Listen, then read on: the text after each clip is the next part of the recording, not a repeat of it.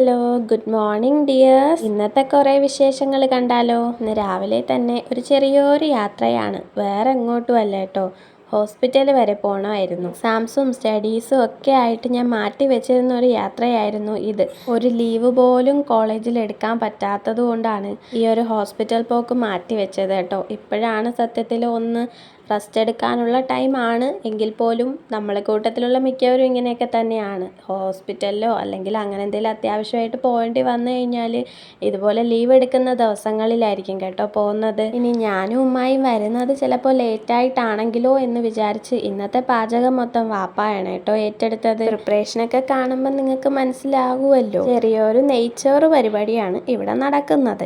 പക്ഷെ ചിക്കനോ ബീഫോ ഒന്നും തന്നെ ഇല്ല കേട്ടോ, വെറുതെ ചോറ് മാത്രമാണ്. പക്ഷെ ഈ ചോറ് മാത്രം കഴിക്കാൻ തന്നെ പ്രത്യേക ഒരു ടേസ്റ്റാണ്.